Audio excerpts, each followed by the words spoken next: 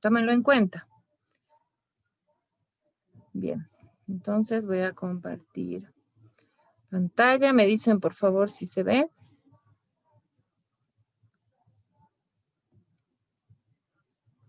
¿Se ve lo que comparto? Se ve, Inge.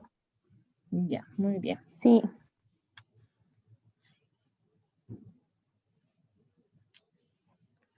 Un ratito entonces.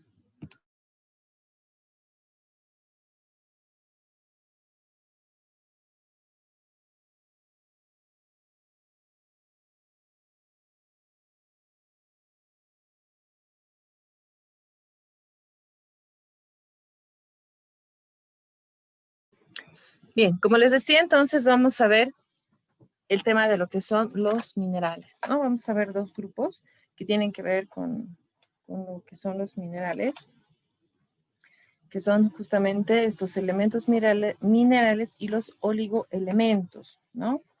Efectivamente, ustedes ya conocen este grupo de nutrientes, pero vamos a aumentar tal vez cierta información que ustedes ya conocen, todo referida a la parte de lo que es la nutrición, ¿no? Denme un segundito, por favor.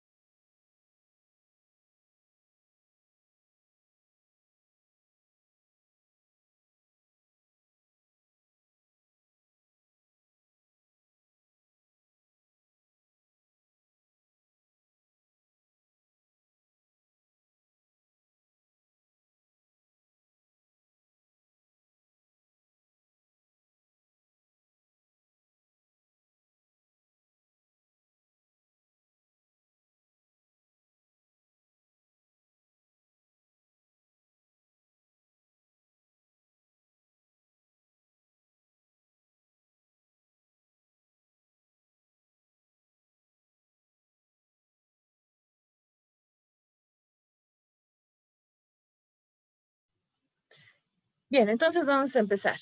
Con respecto a lo que son los elementos minerales, vamos a empezar con lo que es el calcio.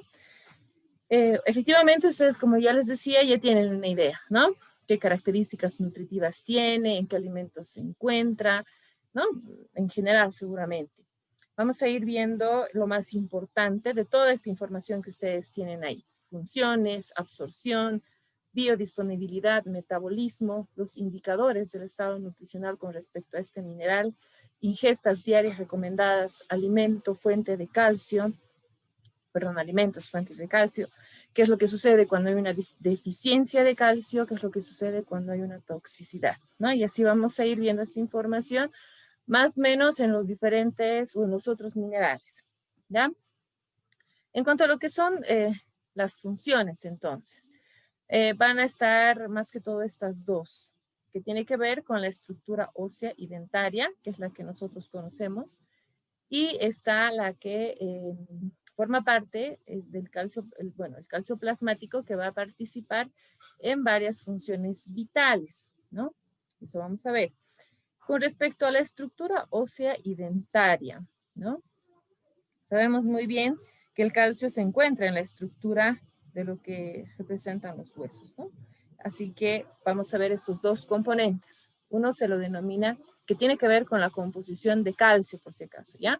Que tiene que ver con la hidroxiapatita y el fosfato cálcico. Son estos dos que se pueden encontrar en la estructura ósea, ¿ya?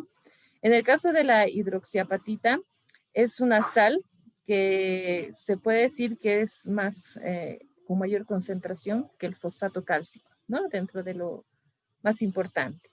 Luego está básicamente estos tres caminos que va a ir dirigiendo, mejor dicho, estas actividades que se va a ir dirigiendo hacia lo que es la función del calcio dentro de la estructura ósea. Uno es los osteoblastos, los osteocitos y los osteoclastos, ¿sí? Entonces, cada uno de estos se va a encargar, o sea, esta actividad que va a dar lugar al calcio se va a encargar de dar lugar a una función específica, ¿no? Como tienen ahí. En el caso de los osteoblastos, se va a dirigir a la formación del hueso, los osteocitos al transporte del calcio.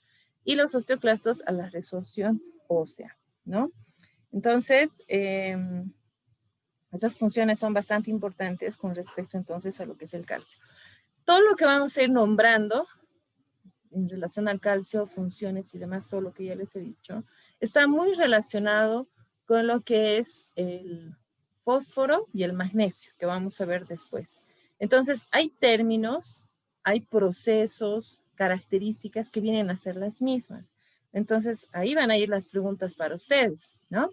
Es decir, yo voy a explicar con respecto a lo que es el calcio, pero para los dos otros minerales ya van a haber términos que ustedes ya tienen que identificar porque son parecidos, tienen las mismas funciones, se podría decir, o características nutritivas. Ahora, eso entonces en cuanto a esta función que estamos nombrando, que es la estructura ósea y la dentaria, ¿no? Y cuanto a esa función del calcio plasmático, va a participar en las siguientes funciones vitales, que es la coagulación sanguínea, es decir, el calcio va a participar en el mecanismo de la coagulación, ¿no? Luego está la contracción y relajación muscular. Esta parte también es bastante importante porque tiene que ver justamente con la contracción muscular, con el funcionamiento de la contracción muscular, ¿no? ¿A qué se refiere esto? Nuestros músculos están compuestos por dos proteínas contráctiles, ¿sí? Que es la actina y la miosina. Entonces, estas dos proteínas son las que producen esta contracción muscular. Entonces, cuando el cuerpo manda una señal para la contracción, el calcio es el que rápidamente va a ser liberado, ionizado y movilizado para dar lugar a esa contracción. O posteriormente a la relajación del músculo, una vez que se ha producido el movimiento físico, ¿no? Entonces, eso es en cuanto a esta función de la contracción y relajación muscular. El calcio, por lo tanto, es el que va a ser liberado, ionizado y movilizado para que pueda dar lugar a este funcionamiento de las dos proteínas, actina y miosina, en la contracción muscular. Entonces, en el caso, por ejemplo, del magnesio, el potasio también están involucrados en este proceso de la contracción y relajación muscular, ¿no? Entonces ya vamos con estas dos funciones cuando hablamos del calcio plasmático. Coagulación sanguínea, contracción y relajación muscular.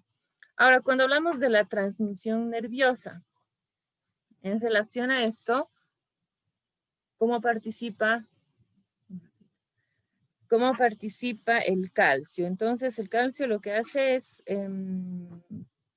dar lugar a una transmisión de los impulsos nerviosos y en este momento, ¿no? de transmisión de los impulsos nerviosos va a dar lugar a la estimulación y a la liberación de la acetilcolina a nivel neuromuscular, ¿sí?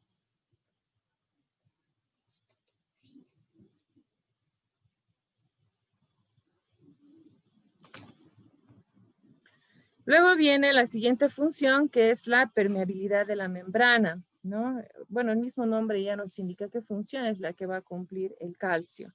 Esta es la que va a estar presente en lo que son las paredes celulares, donde va a ir afectando obviamente la permeabilidad, ¿no?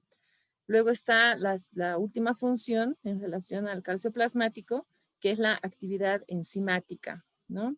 El calcio, en este caso, es activador de diferentes tipos de enzimas, que pueden ser intracelulares o pueden ser extracelulares, ¿sí? Entonces, básicamente esas son las funciones que estamos nombrando. La formación de la estructura occidentaria y la funciones vitales a partir de lo que es el calcio plasmático. Luego tenemos lo que es la absorción, cómo se absorbe el calcio, ¿no? Entonces, normalmente el porcentaje de absorción del calcio va a llegar a variar entre 30 y 40%, ¿no? Entonces, esto va a estar relacionada con la ingesta que nosotros tenemos de calcio. Cuando la ingesta disminuye, la absorción va a ir aumentando, hasta podría llegar hasta un 75%, ¿no? Entonces, ¿cuándo puede suceder esto? Normalmente en situaciones como el embarazo, la lactancia, en la etapa de crecimiento también, ¿no? Que puede haber una variación en cuanto a la absorción que puede ir aumentando cuando hay una ingesta, cuando la ingesta de calcio puede ir en algún momento disminuyendo. Ahora, dependiendo también dónde se encuentra el calcio en los alimentos que nosotros consumimos, también se va a dar lugar a una absorción. En los alimentos de origen, por ejemplo, animal, el calcio va a estar unido a las proteínas. Esto va a dar lugar a una formación de complejos de mayor solubilidad y va a ser absorbido sin ningún problema. En el caso de los vegetales, cuando el calcio está presente en los vegetales, va a formar complejos insolubles, como por ejemplo los fitatos u oxalatos. Y eso es lo que interviene para el proceso de absorción. Es cuando se llegan a formar estos complejos insolubles, entonces ya empieza a afectarse, se ve afectada la absorción del calcio. Entonces, con esta información, ¿qué les estoy diciendo? Que cuando el calcio está presente en alimentos de origen animal como las proteínas, forman complejos solubles y son más fácilmente absorbibles. En el caso de los alimentos de origen vegetal, se forman complejos insolubles denominados fitatos u oxalatos y esto va a generar que no exista una buena absorción del calcio. ¿Ya? Entonces, esto muy dirigido a los alimentos también que consumimos, pues que está relacionado pues con estos componentes. Ahora, existe una forma de transporte, de absorción por transporte relacionado a un mecanismo de difusión pasiva. Es decir, como una vez que el calcio ha ingresado a nuestro torrente sanguíneo, o cómo va a ingresar a nuestro torrente sanguíneo, cómo va a ser absorbido una vez que ya ha sido, o sea, una vez que ya ha pasado por un proceso digestivo que ya conocemos, ¿no? Entonces va a haber un momento en el que va a ser absorbido. Ahora, en este momento es que estamos hablando que va a darse lugar a este transporte por un mecanismo de difusión pasiva. ¿Qué es lo que pasa? En el intestino delgado, ¿no? Que es al nivel donde se produce, como ustedes saben, la absorción de la mayoría de los nutrientes, esta membrana o el borde del cepillo del intestino está compuesto por colesterol y por fosfolípidos, ¿sí? Entonces, cuando hay esta capa que está compuesta dentro de esta membrana, entonces se caracteriza por tener una gran viscosidad. Y eso es lo que, en el caso del calcio, no va a permitir que fácilmente sea absorbido, ¿no? Pero también hay otra membrana, que es las membranas duodenales. En el caso de las membranas duodenales, tienen una menor viscosidad. Por lo tanto, es mayor la permeabilidad del calcio, ¿sí? Entonces, esto que se comprenda bien, por favor. Para la absorción del calcio, se tiene que considerar esto, que la membrana o el borde en cepillo que se refiere es la que está cubriendo el intestino delgado, les vuelvo a repetir, ¿no? Entonces, está cubierta por este colesterol y los fosfolípidos, y por lo tanto tienen una gran viscosidad y no permite que el calcio pueda pasar, ¿no? Al torrente sanguíneo para después ser metabolizado el calcio y utilizado en las diferentes funciones. Entonces, ahí está. ¿Puede darse la absorción a ese nivel? Sí, pero tarda mucho más tiempo. En el caso de lo que viene a ser la siguiente membrana que contiene, que son las membranas duodenales, estas membranas son menos viscosas y por lo tanto se produce más fácil la absorción del calcio, ¿no? Entonces eso en cuanto a la absorción, con respecto principalmente a lo que es la membrana. Ahora, se tiene que tomar en cuenta en el momento de la absorción estos diversos organoides, ¿no? ¿Cuáles son estos diversos organoides? Son las mitocondrias, el aparato de Golgi, las proteínas, en este caso la calmudrina y la calvindina. ¿Cuál es la importancia de cada una de ellas? Tiene que ver justamente en el momento que se presentan, cuando ya son absorbidos a nivel de lo que son las membranas duodenales o las que componen el colesterol y los fosfolípidos, ¿sí? Bien, entonces, para que se comprenda mejor, ¿no? Vamos a hablar de una participación principalmente de lo que es la vitamina D, ¿sí?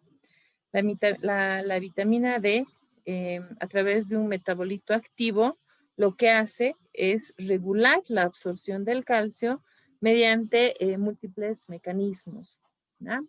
¿A qué se refieren esos mecanismos? Ahí los tienen ustedes, ¿no? Que tiene que ver con la transcelular, denominada así, o la paracelular o transcaltaquia. Cuando hablamos de la transcelular, se refiere a que va a producir la vitamina D una estimulación en la movilización de los fosfolípidos del borde del cepillo. Y sabemos bien que ese borde del cepillo, que está compuesto de fosfolípidos, al ser demasiado viscosa, no deja, como hemos dicho, ¿no es cierto?, producir una buena absorción.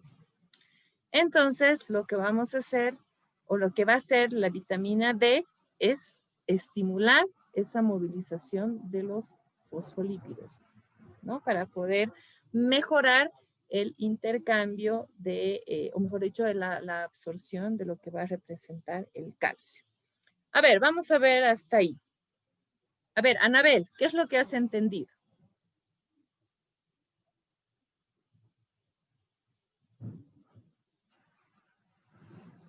¿Está Anabel? No está.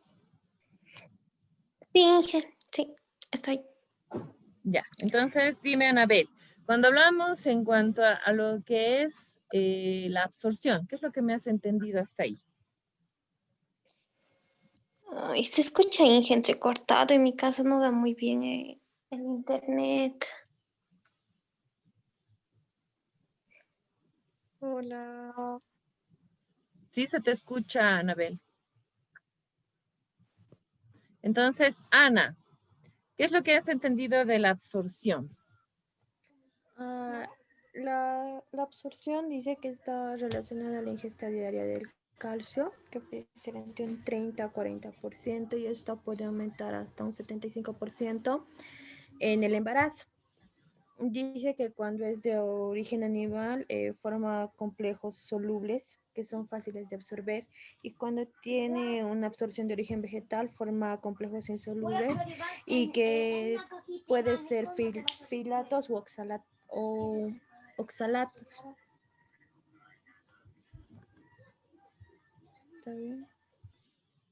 Bueno, eso ya dependiendo de ya sea un alimento de origen animal o vegetal que contenga el calcio, como habíamos dicho.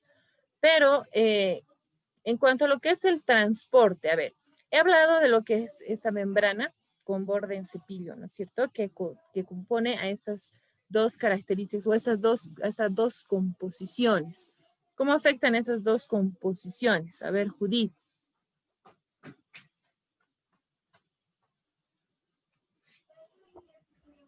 Sí, dice. Sí, Inge.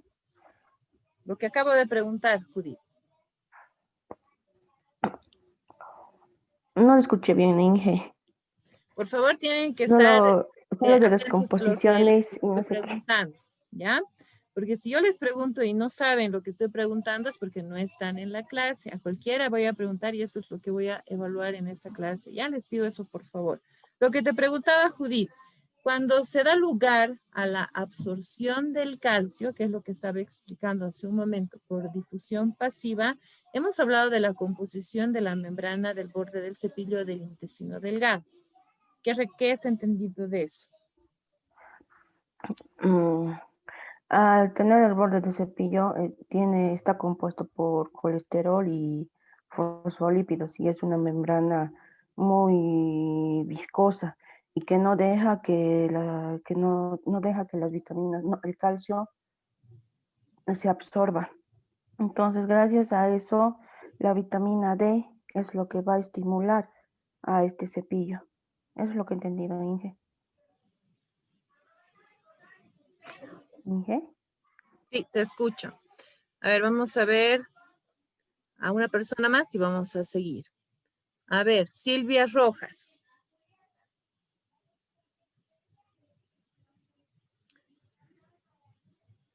Silvia Rojas.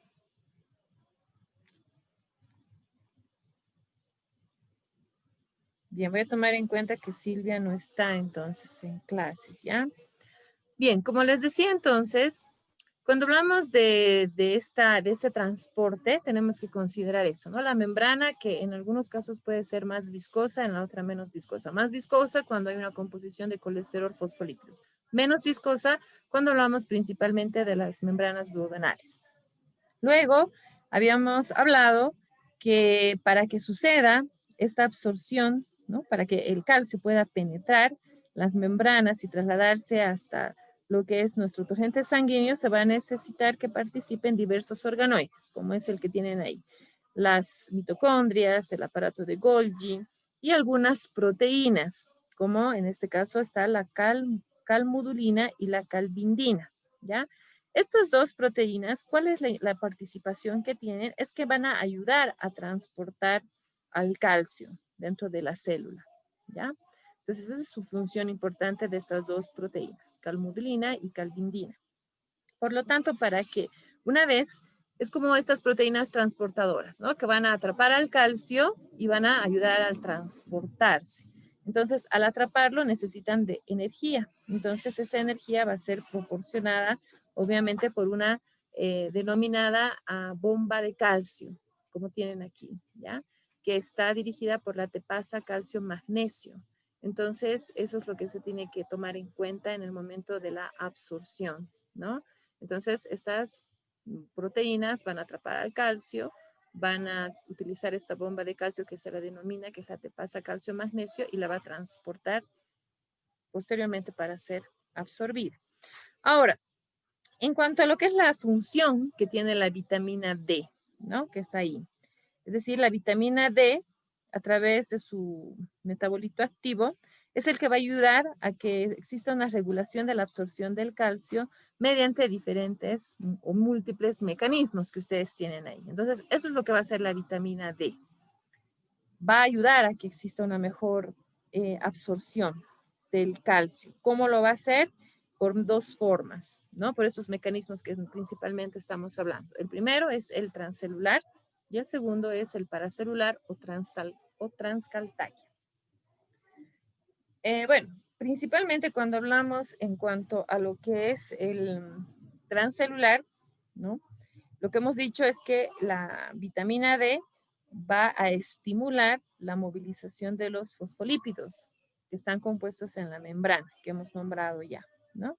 Entonces, lo que va a hacer es reestructurar esa membrana y va a aumentar la permeabilidad al calcio. Entonces, va a ayudar a que este pueda ser absorbido bajo esas características, ¿no? En general. Y a este mecanismo de absorción se la denomina, en este caso, transcelular, ¿no? Luego viene, bueno, existe otro proceso de absorción que en este caso va a ser independiente de la vitamina D. Entonces, el transcelular va a depender de la vitamina D y el paracelular o transcaltaquia va a ser independiente de la vitamina D. Por lo tanto, lo que se va a ¿cómo se va a producir esta absorción o esta absorción? Se va a dar a nivel del yeyuno y o el ileón, ¿sí? Y en este caso no es saturable, ¿no? Entonces se va en este segmento, se podría decir, del intestino, se va a producir con mayor facilidad la absorción del calcio sin presencia de la vitamina D. Entonces no nos olvidemos la función que tiene la vitamina D, estimular la movilización de los fosfolípidos del borde del cepillo para poder mejorar la permeabilidad del calcio y de esa manera esta puede ser transportada o en este caso, mejor dicho, absorbida. ¿Ya? Entonces eso. La participación que tiene la vitamina D van a ver que es importante en la mayoría de los minerales cuando hablamos de la absorción.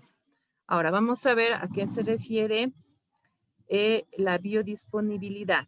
¿Ya? En el caso de la biodisponibilidad vamos a hablar de los componentes que tienen los alimentos que van a mejorar esa absorción o en algunos casos va a perjudicar la absorción del calcio, ¿ya? Entonces tenemos la fibra dietética, que es la que sabemos muy bien que se encuentra en los alimentos, en los cereales integrales. En el caso de la fibra dietética, normalmente está compuesta de ácido fítico, ¿ya? Que se encuentra en la mayor parte de los vegetales, ¿no? donde este ácido fítico que se encuentra en la fibra dietética está formando calcios y complejos que son insolubles, ¿no? Como sabemos, cuando hablamos de complejos insolubles, ya son difíciles de absorber. Necesitan un proceso para que pueda ser absorbido, que es más complejo. Lo mismo pasa con estos ácidos urónicos, ¿ya? Que obviamente estos son componentes de diferentes tipos de fibra y tienen la capacidad en algunos casos de fijar el calcio. Eso es lo más importante. ¿A qué me refiero con eso entonces? Cuando hablamos de la fibra dietética, al contener este ácido fítico y este ácido urónico, se podría decir que interfiere en la absorción del calcio, bajo las características de este componente. Luego están los oxalatos. ¿Qué son los oxalatos o también denominados ácido oxálico? Estos son los que se presentan normalmente en los vegetales, como las acelgas, las espinacas, la remolacha, el cacao. Y lo que hace este ácido oxálico es inhibir de forma mucho más potente la absorción del calcio, ¿sí? Entonces, es otro dato. La fibra dietética, no toda su composición, ¿no? En relación a estos componentes, no deja absorber de la mejor forma, ¿no? Lo hace muy complejo a la absorción. En el caso de los oxalatos o el ácido oxálico que se encuentra en los vegetales, es un inhibidor muy potente para la absorción del calcio. Luego están las grasas, ¿no? Sabemos muy bien que nosotros en nuestra alimentación sí hay un contenido importante de grasas. Ahora, estas grasas pueden ser perjudiciales dependiendo en la edad en la que estamos. ¿A qué me refiero? Si es un adulto sano, la cantidad de la grasa de la dieta no va a afectar a la absorción del calcio, ¿ya? En el caso de las grasas. Pero sin embargo, en condiciones, por ejemplo, de mala absorción, ¿no? Cuando una persona tiene, por ejemplo, la denominada esteatorrea.